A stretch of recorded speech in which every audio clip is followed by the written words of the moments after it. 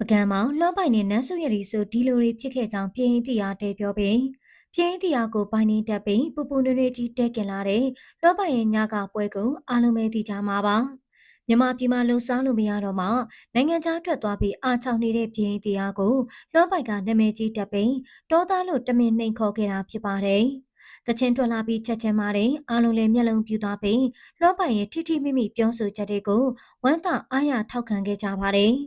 ဒီလိုပြည်သူ့ချင်ပတ်လေးဖြစ်အောင်လေပြည်ရင်းတီယာက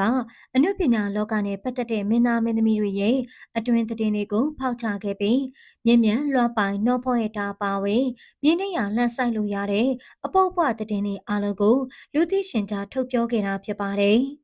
ပြင်းတီယာကမြင့်မြတ်ရဲ့အိမ်ထောင်ရေးဖောက်ပြန်မှုလွှမ်းပိုင်နဲ့နှောဖောရထားရဲ့အခန်းထဲမှာကြောပေးနေမှုစာရာတွေကိုအပုံနဲ့တင်အောင်ဖြေချခဲ့တာမို့အဲ့ဒီကလေးကလွှမ်းပိုင်ကမကျေနပ်ခဲ့တာဖြစ်ပါတယ်။ဒါကြောင့်ပြင်းတီယာကိုလူအောင်ဆွဲငပေါ်တော်သားဆိုတဲ့ disc record တွေအများကြီးပါဝင်တဲ့တခြင်းနဲ့လူသိရှင်ကြားအဆက်ခွဲခဲ့ပါတယ်။အဲဒီအခါမှာတော့ပြင်းတီယာက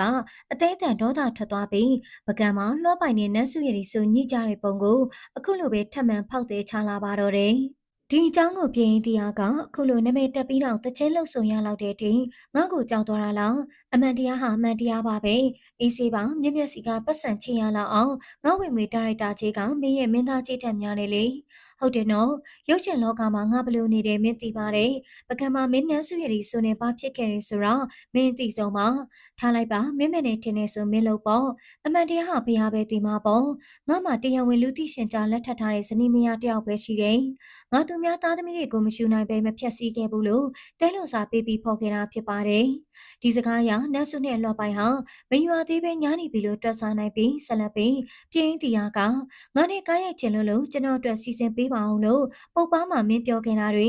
အဲ့ဒီစောက်ပေါ်ကားကိုပဲမင်းကောင်းဆောင်မင်းသားလုပ်ခဲ့တာပဲလေ။အဲ့လိုငါတို့လောကထဲမှာကျေးဇူးမသိငွေမျက်နှာပဲကြည့်ပြီးငါမင်းသားဆိုပြီးထက်ကနေနေကြတယ်မင်းတို့မြင့်မြတ်တို့လိုကောင်းနေတဲ့ဝေးဝေးနေကြလို့ဒီလောကကထွက်လာတာပါ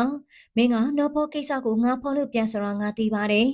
အဲ့ဒီတဲကမင်းဟာအာနာရှင်အောင်မှာဘောမနေတဲ့ကောင်ဆိုတော့ပြည်သူကတည်ပြီးသားပါတိတ်ခါချင်းပဲရှင်ကြည့်ပါအခုချိန်ကပြည်သူဘက်မှာနေတဲ့လူမင်းကပြည်သူတွေကိုမဆာနာပဲပျော်ပါနေတဲ့လူစဉ်းစားဖို့လို့အမနာနဲ့ပြောခဲ့ပါတယ်ဒါပေမဲ့လည်းပြည်သက်တွေကတော့သူတို့နှစ်ယောက်ရဲ့ပြဿနာထံပကံမှာလွှမ်းပိုင်တဲ့နတ်စုရည်ဆိုဘာဖြစ်ခဲ့တယ်လဲဆိုတာစိတ်ဝင်စားနေကြပြီတချို့ကလည်းထင်ကြီးတွေမျိုးမျိုးပေးနေကြပါတယ်ပရိသတ်ကြီးတွေရောကြီးဖက်ရဲ့မျက်နှာကိုမှမထောက်ပကံမှာလွှမ်းပိုင်တဲ့အပြိုရည်ပြက်ခဲ့တယ်လို့တည်င်းနေထွက်နေတဲ့ဒီကိစ္စပေါ့ဘလို့များထင်ကြပါသလဲနော်